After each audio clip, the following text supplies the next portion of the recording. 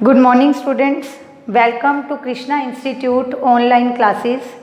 Students, आज हम अपना 11th बिजनेस स्टडीज़ का एक बहुत ही इम्पोर्टेंट टॉपिक डिस्कस करने जा रहे हैं, जिस टॉपिक को करने से लास्ट की कई सारी वीडियोस की रिवीजन हमारी अपने आप ही हो जाएगी।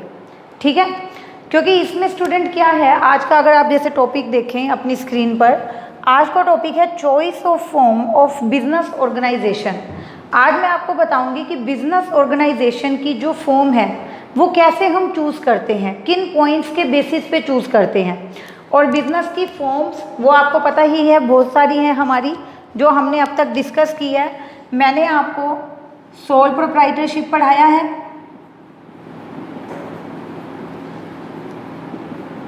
पार्टनरशिप पढ़ाया, उसके बाद हमने डिस्कस किया कोऑपरेटिव सोसाइटीज़ और कोऑपरेटिव ऑर्गेनाइजेशन, कुछ भी बोल सकते हैं आप। ठीक है, हमने डिस्कस किया जॉइंट हिंदू फैमिली बिजनेस, और लास्ट में हमने डिस्कस किया जॉइंट स्टॉक कंपनी। यस, तो ये फॉर्म्स वो फॉर्म्स हैं जो अब तक के वीडियोस में हम बहुत डिटेल में डिस्कस कर चुके हैं। हर फॉर्म की मैंने आपको फीचर्स बताई, मेरिट्स बताई, डीमेरिट्स बताई, एज वेल एज कुछ एक्स्ट्रा टॉपिक्स हमारे आए थे, जैसे कि पार्टनरशिप में हमारा टाइप्स ऑफ पार्टनरशिप आया था, टाइप्स ऑफ पार्टनर्स आया था, वो भी हमने डिस्कस किया था। जॉइंट स्टॉक कंपनी में हमारा प्राइवेट कंपनी और पब्लिक कंपनी आया था, उन दोनों का डिफरेंस आया था। ठीक है, एज वेल एज हमने कंपनी और पार्टनरशिप का डिफरेंस भी डिस्कस किया था। तो कई सारे टॉपिक्स ऐसे टॉपिक्स हैं जो हम अब तक डिटेल में डिस्कस कर चुके हैं। ठीक है, आज हमें देखना है choice of form of business organisation, मतलब इसमें से कौन सी फॉर्म बेस्ट है। सोल प्रोप्राइटरशिप बेस्ट है, पार्टनरशिप बेस्ट है, कौन सी फॉर्म बेस्ट है। तो वो किसी एक पॉइंट के ऊपर, किसी एक फैक्टर के ऊपर बेस नहीं है कि मैं ये कहूँ कि sole proprietorship is the best, हमें वो चूज़ करना चाहिए, या पार्टनरशिप इज़ द बेस्ट, वो चूज़ करना चाहिए। ऐसा नहीं है, किसी भी एक फॉर्म को कम्प्लीटली आप जो है बेस्ट फॉर्म नहीं कह सकते हर सिचुएशन में, क्योंकि हर फॉर्म्स की अगर मेरिट्स थी तो हर फॉर्म्स की लिमिटेशन भी थी, कुछ पॉजिटिव पॉइंट्स थे तो कुछ नेगेटिव पॉइंट भी थे। तो इसीलिए किसी भी एक फॉर्म को बेस्ट नहीं कहा जा सकता। हमें जो है बहुत सारे पॉइंट्स कंसीडर करने पड़ते हैं, जो कि आपको अपनी स्क्रीन पे दिखाई दे रहे हैं। ओके, देखो कितने सारे ये जो है मैंने लिखे हैं points. Facts to be consider, किसी भी एक फॉर्म को चूज करते टाइम कौन से फैक्ट्स हैं जो आपको कंसीडर करने पड़ते हैं। उसमें मैंने देखो capital requirement, liability of owners, facility information, continuity and stability, managerial needs, need of secrecy, flexibility, scale of production, legality. कितने सारे पॉइंट्स लिखे हैं। इन सभी पॉइंट्स के बेसिस पर कहीं पे जॉइंट हिंदू फैमिली बिजनेस लगेगा हमें सूट कर रहा है, किसी पॉइंट को पढ़ने के बाद मुझे लगेगा कि सोल प्रोप्राइटरशिप बेस्ट है, किसी पॉइंट को पढ़ने के बाद लगेगा पार्टनरशिप बेस्ट है, तो कहीं पे मुझे लगेगा कंपनी बेस्ट है। So there are so many facts which we have to consider while choosing a business organisation form. ठीक है, तो स्टूडेंट्स एक बार फिर से सुन लो, मैंने आज अभी तक आपको क्या बताया है। मैंने आपको बताया है कि हम बहुत सारी फॉर्म्स बिजनेस ऑर्गेनाइजेशन की डिस्कस कर चुके हैं, एज वेल एज हम इसकी मेरिट और डीमेरिट डिस्कस कर चुके हैं।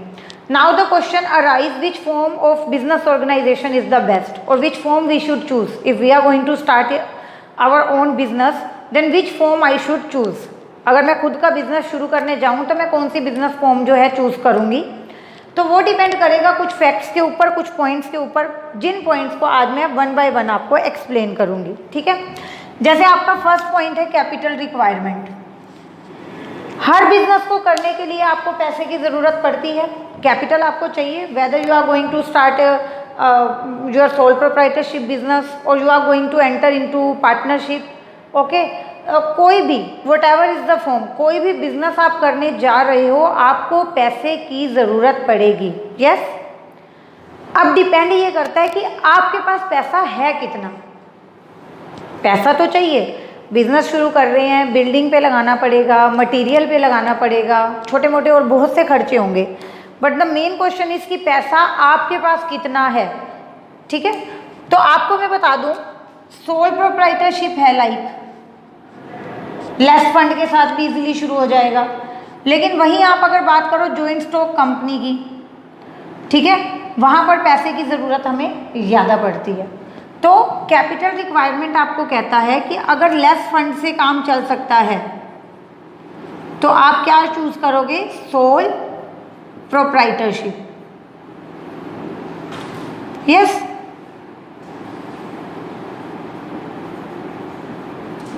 लेकिन अगर आपको ज़्यादा फंड्स की ज़रूरत है तो मोर फंड कहाँ रिक्वायर्ड होता है, जॉइंट स्टॉक कंपनी में। ठीक है, सिर्फ आपको इतना कंक्लूजन याद रखना है, बाकी जो मैं आपको एक्सप्लेन कर रही हूँ इतना आपको एक्सप्लेन करने की ज़रूरत नहीं है, आपको सिर्फ कंक्लूजन लिखना है कि कैपिटल रिक्वायरमेंट मीन्स कि अगर कम फंड से काम चल सकता है तो आप अपना खुद का बिजनेस शुरू कर लो, ज़्यादा पैसा लगाने की इच्छा है तो फिर आप कंपनी की ओर मूव ऑन कर सकते हो। Okay, so is it clear to all of you? Capital requirement में हमने क्या पढ़ा, उसके बाद हम डिस्कस करेंगे अपना second point, liability of owner. Liability of owners,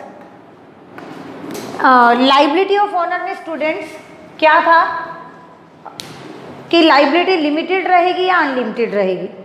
ठीक है, तो आपको पता है कि सोल प्रोप्राइटरशिप में जो सिंगल ओनर होता है उसकी लायबिलिटी क्या रहती है, अनलिमिटेड। पार्टनरशिप में पार्टनर्स की लायबिलिटी कैसी रहती है, अनलिमिटेड। जबकि जॉइंट स्टॉक कंपनी में जो शेयर होल्डर्स हैं, जो मेंबर्स हैं, उनकी लायबिलिटी क्या होती है, लिमिटेड। तो अब आपको देखना है कि आप कितनी लायबिलिटी बियर कर सकते हो। लिमिटेड लायबिलिटी के स्कोप में रहना चाहते हो, then you just move on to company. अगर आप अनलिमिटेड लायबिलिटी बियर कर सकते हो, अगर आप में इतना मतलब करेज है कि अगर लॉस होता है, कोई बड़ा लॉस होता है, तो मैं अपनी पर्सनल प्रॉपर्टी तक बेच दूंगा, मुझे कोई टेंशन नहीं है, वहाँ पे आप सोल प्रोप्राइटरशिप में जाओ, कोई दिक्कत नहीं है। तो लायबिलिटी ऑफ ओनर पे आपको देखना है कि अनलिमिटेड लायबिलिटी रहेगी सोल प्रोप्राइटरशिप में,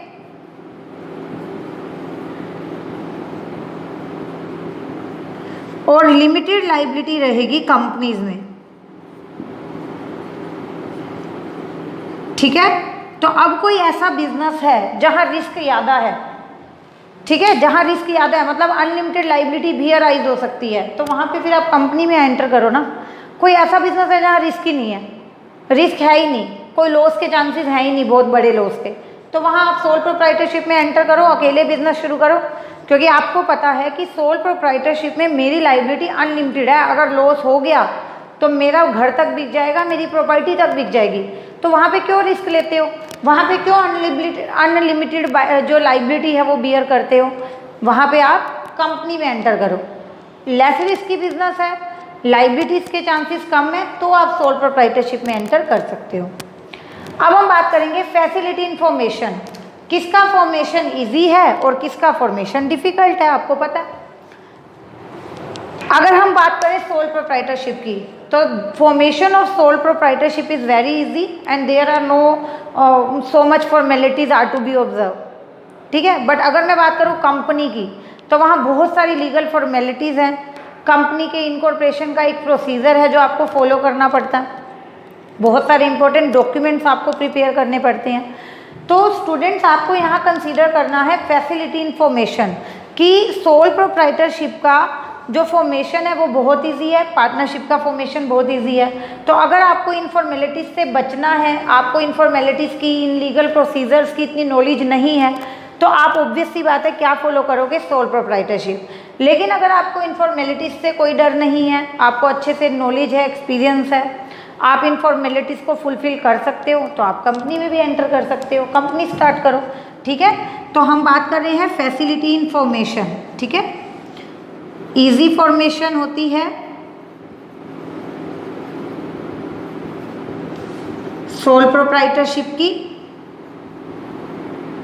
सोल प्रोप्राइटरशिप की और पार्टनरशिप की। ठीक है, सोल प्रोप्राइटरशिप और पार्टनरशिप। जबकि डिफिकल्ट होती है, मोर लीगल फॉर्मेलिटीज होती हैं कंपनीज में। डिफिकल्ट किस में होती है? कंपनीज में। तो अब आप देखो कि आप इन फॉर्मेलिटीज को फुलफिल कर सकते हो या नहीं कर सकते। If you are capable to observe और fulfil this formalities then you can start your own company, but if you don't have any knowledge of this kind then you can start your own business. ठीक है, sole proprietorship में enter आप कर सकते हो। अभी हम नेक्स्ट टॉपिक पे बात करेंगे continuity and stability.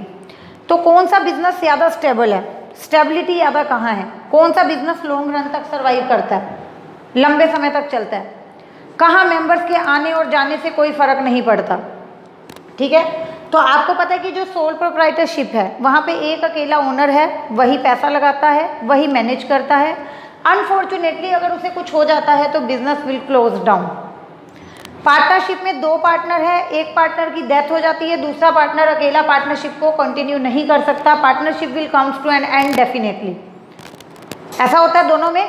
Soul proprietorship में भी ओनर की डेथ हो गई, बिजनेस बंद हो गया। पार्टनरशिप में भी किसी एक पार्टनर की डेथ हो गई, सिर्फ दो पार्टनर थे अगर, तो पार्टनरशिप बंद हो गई। लेकिन कंपनीज में ऐसा नहीं होता। कंपनी का एग्जिस्टेंस परपेचुअल होता है, लंबे समय तक चलता रहता है। मेंबर्स के आने का, मेंबर्स के जाने का कंपनी के एग्जिस्टेंस पे कोई फर्क नहीं पड़ता। यही है, पता है आपको ये चीज़। तो कंटिन्यूटी एंड स्टेबिलिटी देखी जाती है। अगर आप किसी एक ऐसी बिजनेस ऑर्गेनाइजेशन के जो है मेंबर बनना चाहते हो, किसी ऐसी संस्था के साथ जुड़ना चाहते हो जो लंबे समय तक चलेगी, तो आप कंपनी में जाओगे।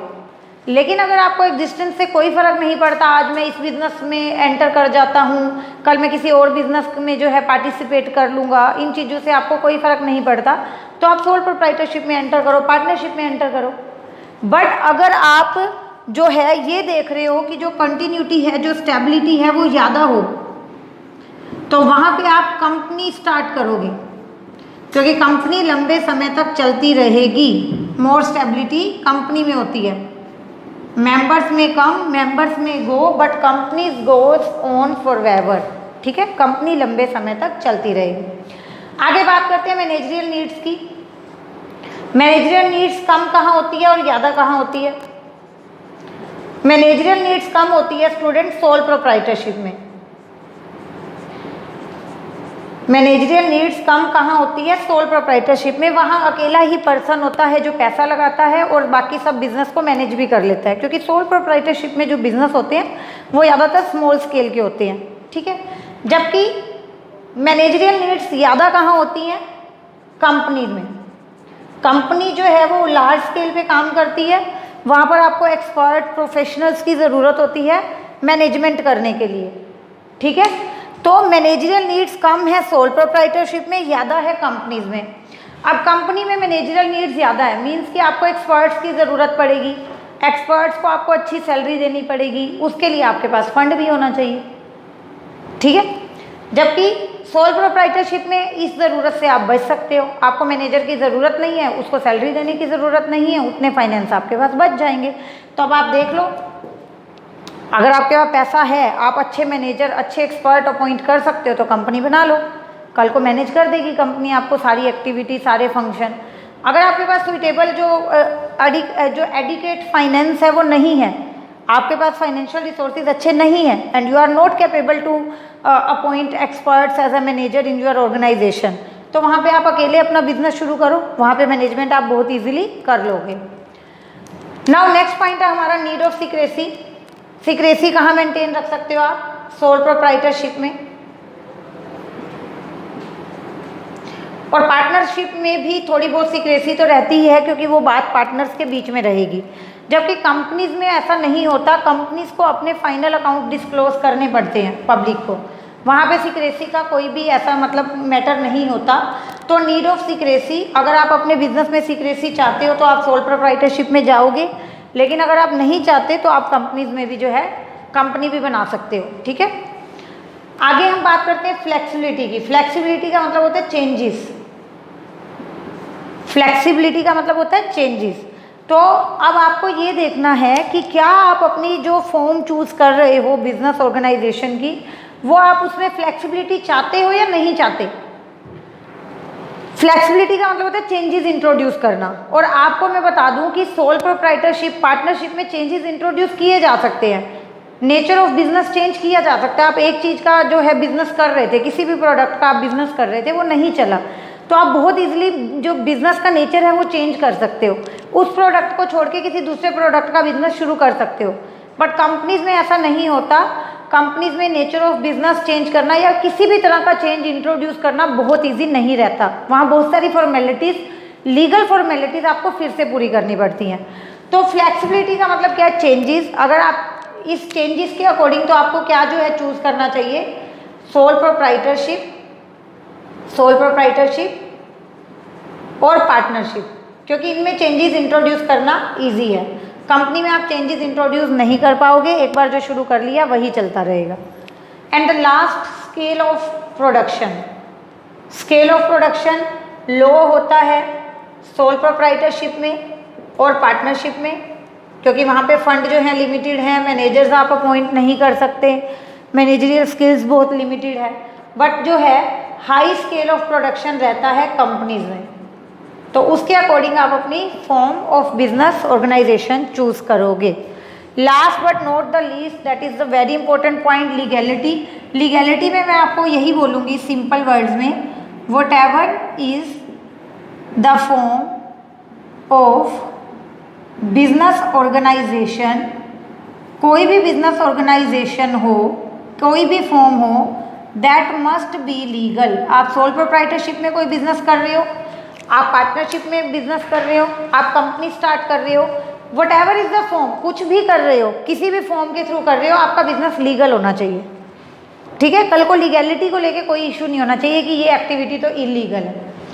सो सिंपल, बहुत सारे फैक्ट्स थे आज की वीडियो में जो हमने कंसीडर किए हैं, और आपने देखा है हर अलग अलग फैक्ट के बेस पे अलग अलग फॉर्म जो है वो सूट कर रही है। कहीं पे सोल प्रोप्राइटरशिप सूट कर रही है, कहीं पे कंपनी सूट कर रही है, कहीं पे पार्टनरशिप सूट कर रही है। So it depends on you, it depends on investor कि वो किस तरह की फॉर्म में जो है पार्टिसिपेट करना चाहता है, किसका मेंबर बनना चाहता है। स्टूडेंट, आज हमारी ये यूनिट बहुत अच्छे से कंप्लीट हो गई है। सोल प्रोप्राइटरशिप से हमने स्टार्ट किया था, स्टेप बाय स्टेप हम आगे बढ़े। हमने कोऑपरेटिव सोसाइटीज़ पढ़ा, हमने हिंदू अनडिवाइडेड फैमिली बिजनेस पढ़ा, हमने पार्टनरशिप पढ़ा, एंड में हमने जॉइंट स्टॉक कंपनी पढ़ा। काफ़ी सारे इंपॉर्टेंट छोटे छोटे टॉपिक्स हमने इसमें कवर किए। हमने पार्टनरशिप में type of partnership, type of partners, partnership deed, registration of partnership firm, हमने कोऑपरेटिव सोसाइटीज़ का भी जो है रजिस्ट्रेशन के बारे में जो है वो आइडिया लिया था। कंपनीज़ में हमने पब्लिक कंपनी और प्राइवेट कंपनी के बारे में भी पढ़ा। साथ के साथ जहाँ जहाँ डिस्टिंक्शन करना था, जहाँ जहाँ डिफ्रेंशिएट करना था, वो भी हमने किया। हमने सोल प्रोप्राइटरशिप को पार्टनरशिप से डिफ्रेंशिएट किया, फिर हमने पार्टनरशिप को कंपनी से डिफ्रेंशिएट किया, हमने प्राइवेट कंपनी को पब्लिक कंपनी से भी डिफ्रेंशिएट किया। So many topics we have covered in this unit, and today is our last topic. I hope कि ये पूरी यूनिट आपकी बहुत अच्छे से कंप्लीट हुई है। कुछ भी आपको डाउट हो तो आप हमसे जो है कमेंट सेक्शन में पूछ सकते हैं, ठीक है। और इसे रिवाइज कीजिए नेक्स्ट वीडियो तक के लिए। फिर मिलेंगे अपने नए टॉपिक के साथ। Thank you so much, bye bye.